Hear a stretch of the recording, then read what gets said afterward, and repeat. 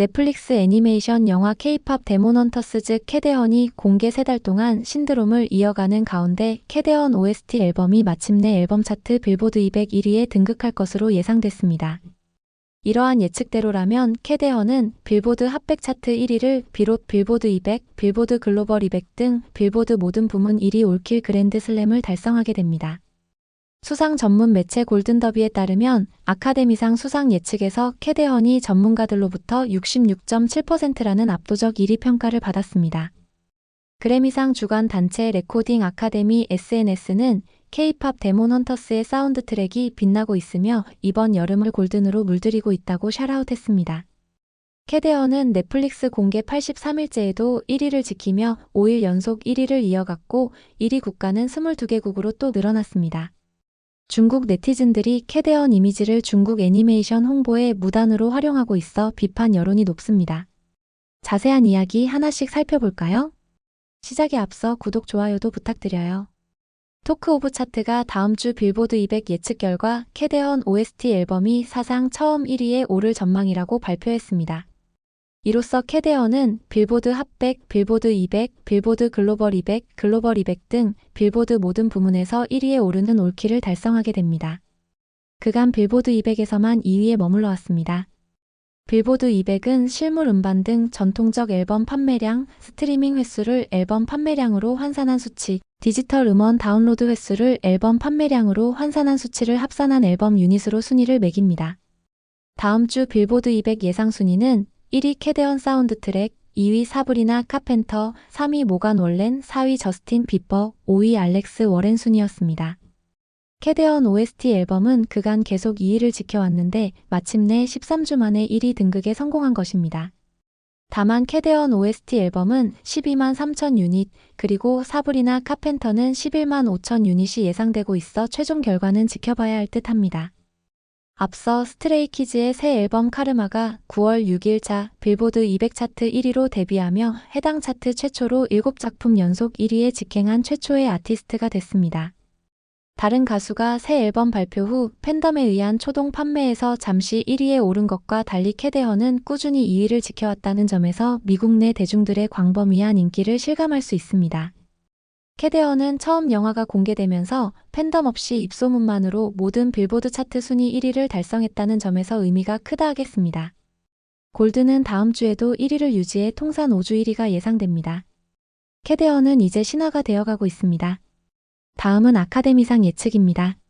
수상 전문 매체 골든더비는 아카데미상 수상 예측을 해오고 있는데 캐대헌이 전문가들로부터 66.7%라는 압도적 1위 평가를 받았습니다. 캐대헌은 또한 에디터 50%, 유저 43.5% 등에서도 1위였습니다. 전문가들은 이전에 50% 정도였는데 이번에 캐대헌으로 더욱 몰리게 됐습니다. 이는 최근 베니스 영화제에서 일본 호소다 마모루 감독의 끝이 없는 스칼렛이 공개됐는데 예상보다 좋지 않은 평가를 받았기 때문입니다.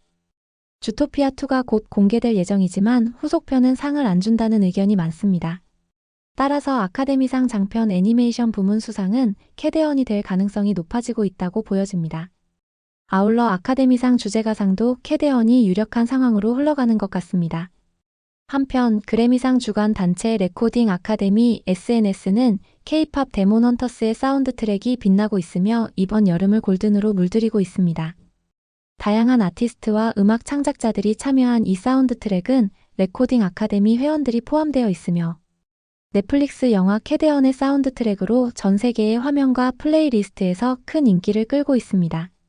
많은 사람들이 그 곡들을 떠올리고 있으며 힘을 주는 곡부터 감동적인 곡까지 이 노래들은 많은 사람들에게 이번 여름의 음악을 정의하고 있습니다.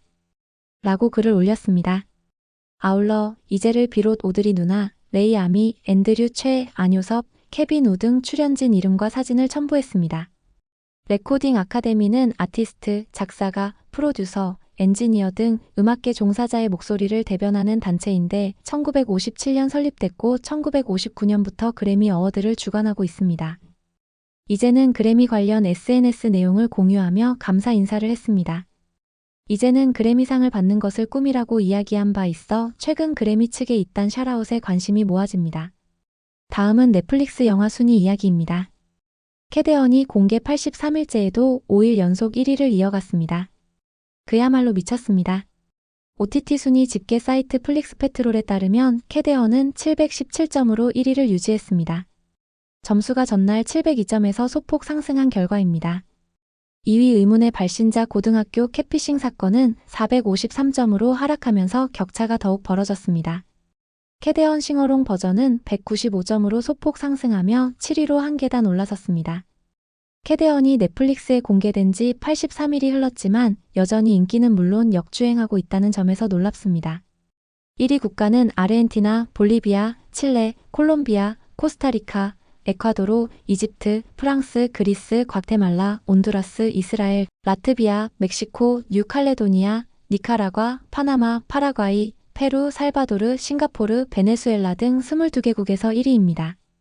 프랑스가 다시 1위에 올라선 것이 이채롭습니다. 중남미 국가들에서 요즘 엄청난 인기를 끌고 있다는 점이 특징입니다. 최근 13개국, 19개국, 22개국 등 1위 국가가 매일 증가하는 추세인 것도 놀랍습니다. 캐대언 본편과 캐대언 싱어롱 버전이 톱10 안에 들면서 나란히 상승세인 것도 다시 보기 힘든 광경인 것 같습니다. 다음은 소소한 이야기들입니다. 카톡 이모티콘 순위에서도 1위 헌트릭스, 2위 사자보이즈가 등극했습니다. 이모티콘 시장도 캐대언 세상입니다. 캐대언에서 진우의 노래를 맡은 앤드류 최는 인생에 대해 한 가지 깨달은 것이 있는데 계획대로 되는 일이 거의 없다는 것입니다. 미국에서 K-팝을 좋아하던 10대 시절부터 밴드 멤버, 영어교사, 가수, 프로듀서, 그리고 이제 넷플릭스 악당의 목소리까지 롤러코스터 같은 여정을 돌아보며 그는 앞으로 무슨 일이 일어날지 지나치게 고민하지 않기로 마음먹었습니다. 앤드류 최는 코리아 중앙데일리와의 인터뷰에서 내일 무슨 일이 일어날지 내가 전혀 통제할 수 없다는 것을 깨달았어요 라며 그래서 저는 지금 제가 할 수 있는 최선을 다하고 지금 가진 것을 즐기려고 노력하고 있습니다. 라고 말했습니다. 앤드류 최는 루미의 노래를 부른 이제의 요청으로 사자보이즈의 경쾌한 데뷔곡인 소다팝의 데모 녹음을 하면서 캐대언에 참여했습니다. 그는 이후 영화 전체에서 진우의 노래 목소리를 맡아달라는 제안을 받게 됐습니다. 이제를 작곡가가 되는데 멘토 역할을 했던 앤드류 최가 이제 덕분에 캐대언에 참여하게 됐고 둘이 주인공 루미와 진우 가창을 맡게 된 것은 참으로 놀라운 인연이기도 합니다. 매기강 감독은 한 인터뷰에서 골든 쓰는 게 되게 힘들었어요 라면서 정성을 들인 곡이기에 1위를 받았고 특별한 애착이 있던 골든이었습니다. 그런데 매기강 감독은 그렇지만 저는 H.O.T 팬이기 때문에 남자 그룹을 되게 좋아해요 라면서 헌트릭스한테는 좀 미안한 말이지만 루미야 미안해. 나는 사자보이즈가 너무 멋있어 라고 커밍아웃 했습니다. 매기강 감독의 최애곡은 사자보이즈 유어 아이돌이라고 합니다. 11일 한국거래소 코스피 시장에서 캐대언과 콜라보 상품을 내놓은 농심 주가는 전일 대비 78,500원 19.17% 오른 48만 8천원에 거래를 마치며 52주 신고가를 경신했습니다. 애프터마켓에서는 상한가에 오른 53만 2천원에 장을 마쳤습니다. 농심은 캐대언과 협업한 한정판 제품이 큰 인기를 끌면서 투자 심리를 자극한 것으로 분석됩니다. 농심은 지난달 29일 자사몰에서 캐대언 캐릭터 루미 미라 조이를 적용한 한정판 신라면 1000세트를 판매했는데 1분 40초 만에 완판됐습니다. 농심은 이 제품들을 북미, 유럽, 오세아니아, 동남아시아 등 해외 시장에도 출시할 계획입니다. 중국 네티즌들이 캐대언 이미지를 중국 애니메이션 홍보에 무단으로 활용하고 있습니다. 지난 8월 북미 극장가에 개봉한 중국 토종 애니메이션 너자2는 초반부터 흥행 참패를 면치 못했습니다. 너자2는 고대 신화 영웅신 너자를 소재로 한 판타지 애니메이션 너자, 악동의 탄생의 후속작으로 중국 정부가 대대적으로 지원한 작품입니다. 배우 양자경까지 기용해 영어 더빙판을 제작했지만 세계 관객들의 이목을 끄는 데는 실패했습니다. 이 같은 상황에서 일부 중국 네티즌들은 SNS에 캐대언 헌트릭스의 너자2 주인공을 함께 언급하거나 관련 게시물에 캐대언 해시태그를 무단으로 삽입하는 방식으로 관심을 끌고 있는 것으로 드러났습니다. 서경덕 성신여대 교수는 그야말로 캐대언을 훔쳐보는 것도 모자라 이제는 캐대언의 세계적 인기에 편승하려는 어처구니 없는 짓을 벌이고 있다고 지적했습니다. 여러 가지 이야기들 어떤가요? 구독, 좋아요는 더 좋은 영상 제작에 큰 힘이 됩니다. 모두 좋은 하루 보내세요.